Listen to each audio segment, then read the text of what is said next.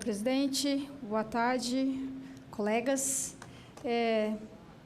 Entre vários outros temas, eu sempre fico esperando chegar a minha vez num pequeno expediente, porque tem uma lista de coisas para falar. Gostaria de falar, por exemplo, sobre o censo da população de rua, que repercutiu bastante, e acho bom que repercuta, que as pessoas prestem atenção, se preocupem com o resultado do censo, se os números são verdadeiros ou não. A esse respeito, eu quero dizer o seguinte: o trabalho do recenseamento da população em situação de rua vem sendo muito bem feito em todas as suas edições. A primeira vez que isso foi feito sistematicamente por iniciativa da prefeitura, dentro de um processo, de um método elaborado para isso, foi em 2000. Depois, vários foram feitos, o penúltimo em 2015 e o último no ano passado. A condução dos trabalhos é muito boa, é muito bem feita. Agora, é obviamente difícil você quantificar em números exatos o tamanho dessa população pelas características da própria população. Mas outro dia eu vou voltar a esse assunto e vou explicar um pouco melhor, mas com certeza uma coisa não acontece. As pessoas que são responsáveis pela realização do censo não escondem números de propósito, porque essa é sempre uma reação das pessoas. Imagina que é só isso. É muito mais do que isso, e esse muito mais é bastante baseado em percepção. E dizem, estão escondendo, esvaziaram as ruas antes da contagem, e isso eu asseguro que não aconteceu nem nesse, nem no penúltimo, nem no antepenúltimo. Chegaram a dizer, por exemplo, que a Cracolândia foi esvaziada antes do censo, que era para que não tivesse o cálculo real de quantas pessoas havia ali. Felizmente e infelizmente, ninguém é capaz de esvaziar a Cracolândia. Muitos já tentaram com boas e más intenções, mas isso não aconteceria. Então, até no dia em que foi feito o censo na Cracolândia, o que alguns dos recenseadores, e uma boa parte deles era pessoas que já tinham trajetória de rua, que já viveram em situação de rua, até para facilitar o contato com a população, alguns deles chegaram a dizer assim, olha, tinha umas 2.000 pessoas lá. Eu quero ver o governo dizer que não tinha ninguém, porque volta e meia também o governo diz, acabei com a Cracolândia, né? O prefeito João Dória fez isso logo no primeiro ano do seu governo. Então, sim, os números do censo podem sempre ser questionados. É importante que a gente consiga aperfeiçoar a metodologia. Eu mesmo tenho críticas à metodologia, já fiz diversas vezes, mas os números não são reduzidos artificialmente pelo governo ou pela empresa contratada para fazer a pesquisa, até por uma razão muito simples, porque não haveria proveito nenhum disso. Ninguém, a menos que estivesse querendo se gabar de um trabalho bem feito, o que a realidade, né, contestaria o tempo todo, mas ninguém seria beneficiado por divulgar um número menor, até porque parece que o problema não é tão grande assim, então por que você não resolve? Né? Digamos que a prefeitura que contrata o censo sabe que existem 30.000 pessoas, mas diz que eram só 25.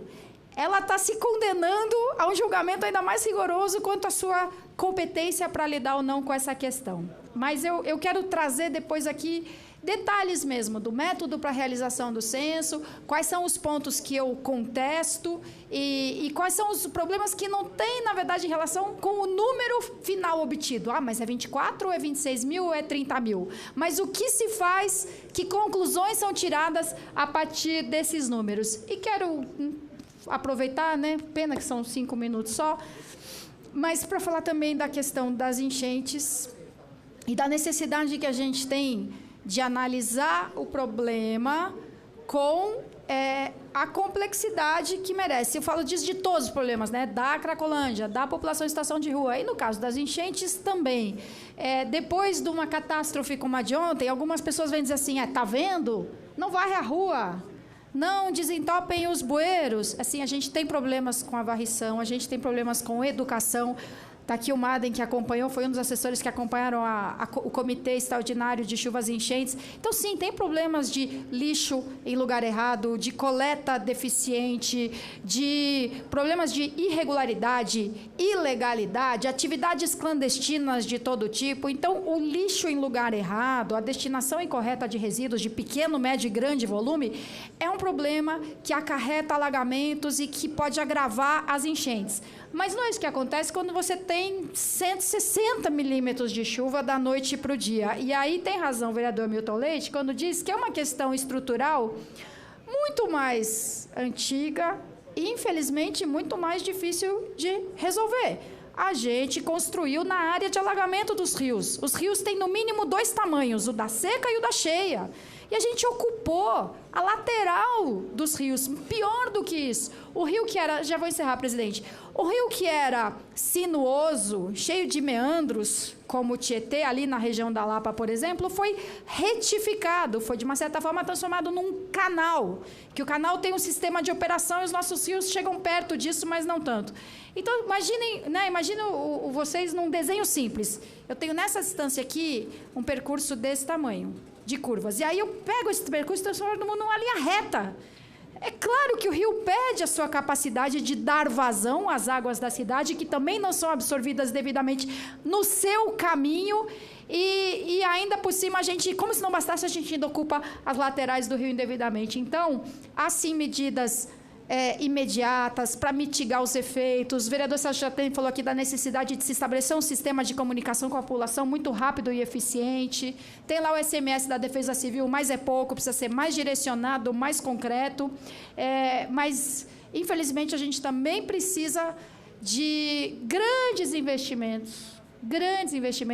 Se não der para reverter uma boa parte da ocupação das áreas de várzea, como nós já fizemos isso de uma maneira muito intensa, como é que a gente procura diminuir a vulnerabilidade nossa dessas regiões às enchentes que vão acontecer? Vai haver enchente, sempre. Como é que a gente lida com elas? Como é que a gente evita a catástrofe, danos materiais e, principalmente, danos às pessoas?